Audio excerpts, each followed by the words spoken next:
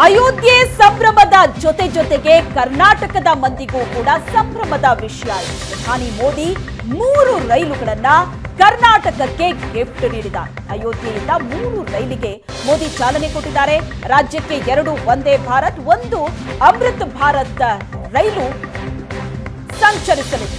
Mangaluru Madgaon Vande Bharat rail, Bengaluru to Coimbatore Vande Bharat rail, Malda to Bengaluru Amrit Bharat ರೈಲು ಲೋಕಾರ್ಪಣೆಗೊಂಡಿದೆ. ದೇಶದ ಮೊದಲ ಬಾರಿ ಅಮೃತ್ ಭಾರತ್ ಸಂಚಾರ ನಡೆಸ್ತಾ ಇದೆ. 2 ಅಮೃತ್ ಭಾರತ್ ರೈಲಲ್ಲಿ ರಾಜ್ಯಕ್ಕೆ 1 ಅಮೃತ್ ಭಾರತ್ ರೈಲು ಕರ್ನಾಟಕಕ್ಕೆ ಲಭಿಸಿದೆ. ಈ ಬಗ್ಗೆ ಹೆಚ್ಚಿನ ಡೀಟೇಲ್ಸ್ ಅನ್ನ ಕೊಡ್ತಾರೆ ನಮ್ಮ ಪ್ರತಿನಿಧಿ ಭರತ್ರಾಜ್ ಸಂಪರ್ಕದಲ್ಲಿದ್ದಾರೆ. ಭರತ್ರಾಜ್, ಕರಾವಳಿ ಭಾಗದ ಜನರ ನಿರೀಕ್ಷೆ ಆಗಿತ್ತು, ಬೇಡಿಕೆ ಆಗಿತ್ತು ಗೋವಾ ಭಾಗಕ್ಕೆ ಸಂಪರ್ಕ ಕಲ್ಪಿಸುವಂತಹ ವಂದೇ ಭಾರತ್ ರೈಲಿಗಾಗಿ. ಈಗ ಆ ಒಂದು ಕನಸು ಕೂಡ ಈಡೇರಿದೆ. ಆ ಸಂಭ್ರಮದ ಕ್ಷಣ ಹೇಗಿತ್ತು?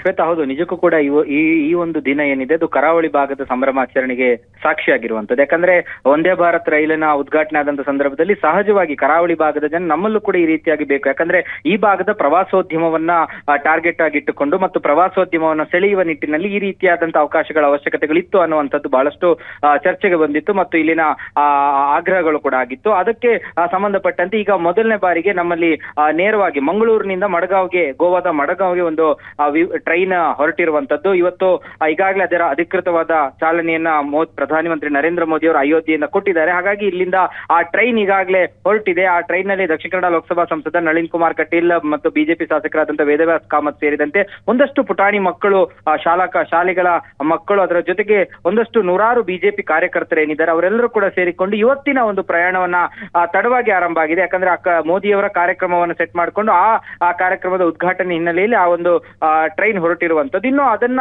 ಉಡುಪಿಗೆ ಹೋದಾಗ ಅಲ್ಲಿ ಉಡುಪಿಯಲ್ಲಿ ಒಂದು ಸ್ವಾಗತ ಆ ಟ್ರೈನಿಗೆ ಕೊಡ್ತಾರೆ. ಅಲ್ಲಿ ಕೂಡ ಒಂದಷ್ಟು ನಾಯಕರುಗಳು ಜಾಯ್ನ್ ಆಗುವಂತ ಸಾಧ್ಯತೆ ಇದೆ. ಮತ್ತೆ ಕಾರವಾರಕ್ಕೆ ಹೋಗುವಾಗ ಅಲ್ಲೂ ಕೂಡ ಒಂದಷ್ಟು ನಾಯಕರು ಜಾಯ್ನ್ ಆಗಿ ಕಡೆಯದಾಗಿ ಮಡಗಾವ್ನಲ್ಲಿ ಇವತ್ತು ಅದು ರೀಚ್ ಆಗ್ಲಿಕ್ಕೆ ಇರುವಂತದ್ದು. ಮತ್ತು ಇವತ್ತಿನ ವೇಳಾಪಟ್ಟಿಯಲ್ಲಿ ಒಂದಷ್ಟು ಬದಲಾವಣೆ ಆಗ್ಬಹುದು. ಸಂಜೆ ವಾಪಸ್ ಆಗುವ ಸಮಯದಲ್ಲಿ ಬದಲಾವಣೆ ಆಗ್ಬಹುದು. ಆದ್ರೆ ನಾಳೆಯಿಂದ ಅಧಿಕೃತವಾಗಿ 8:30ಕ್ಕೆ ಆ ಒಂದು ಟ್ರೈನ್ ಮಂಗಳೂರಿನಿಂದ ಹೊರಡ್ಲಿಕ್ಕಿದೆ. 2 ಕಡೆಗಳಲ್ಲಿ, ಕೇವಲ ಉಡುಪಿ ಮತ್ತು ಕಾರವಾರ 2 ಕಡೆಗಳಲ್ಲಿ ಅದಕ್ಕೆ ನಿಲುಗಡೆ ಇರುವಂತದ್ದು. ಮತ್ತೆ ಅದು ನೇರವಾಗಿ ಮಡಗಾವ್ ತಲುಪಲಿಕ್ಕಿದೆ. ಸಂಜೆ ಮತ್ತೆ 6 ಗಂಟೆಗೆ ಹೊರಟು ಮತ್ತೆ 10:45ಕ್ಕೆ ಅದು ಮಂಗಳೂರನ್ನು ತಲುಪಲಿಕ್ಕಿರುವಂತದ್ದು. ಸದ್ಯದ ಒಂದು ಇದರ ಪ್ರಕಾರ ಈ ಹಿಂದೆ ಒಂದು ಟ್ರೈನ್ ಇತ್ತು, ಬೇರೆ ಟ್ರೈನ್. ಆ ಒಂದು ಟ್ರೈನ್ ಗೋವಾವನ್ನು ತಲುಪುವಂತಹ ಅವಧಿಯ 1.5 ಗಂಟೆಗಿಂತಲೂ ಕೂಡ ಮೊದಲು ಈ ಒಂದು ಟ್ರೈನ್ ಗೋವಾವನ್ನು ತಲುಪುತ್ತೆ. ಹಾಗಾಗಿ 1.5 ಗಂಟೆ ಈ ಒಂದು ಟ್ರೈನ್ ಅಲ್ಲಿ ಹೋದ್ರೆ ಗೋವಾ ಪ್ರಯಾಣ ಮಂಗಳೂರಿಂದ ಹೋಗುವವರೆಗೆ ಉಳಿತಾಯ ಆಗುತ್ತೆ. ಹಾಗಾಗಿ ಹೊಸ ವರ್ಷಕ್ಕೂ ಕೂಡ ಬಹುತೇಕ ಈ ಕರಾವಳಿ ಭಾಗ ಆಗಿರಬಹುದು, ಕರ್ನಾಟಕದ ಬೇರೆ ಬೇರೆ ಭಾಗಗಳಿಂದ ಬರುವಂತವರು, ಬೆಂಗಳೂರಿನಿಂದಲೂ ಕೂಡ ಅನೇಕ ಜನ ಗೋವಾಕ್ಕೆ ಹೋಗುವಂತವ್ರು ಇರ್ಬೋದು, ಅಂತವರಿಗೆ ಇದು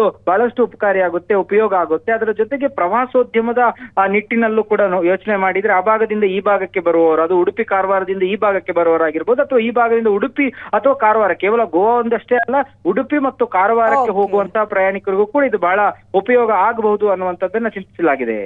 ಎಸ್, ಥ್ಯಾಂಕ್ ಯು ಭರತ್ರಾಜ್ ನಿಮ್ಮೆಲ್ಲ ಡೀಟೇಲ್ಸ್ಗೆ.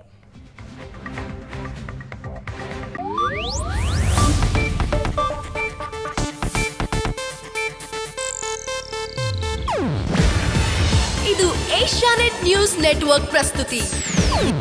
ನೀವು ನೋಡ್ತಿದ್ದೀರಾ ಏಷ್ಯಾನೆಟ್ ಸುವರ್ಣ ನ್ಯೂಸ್.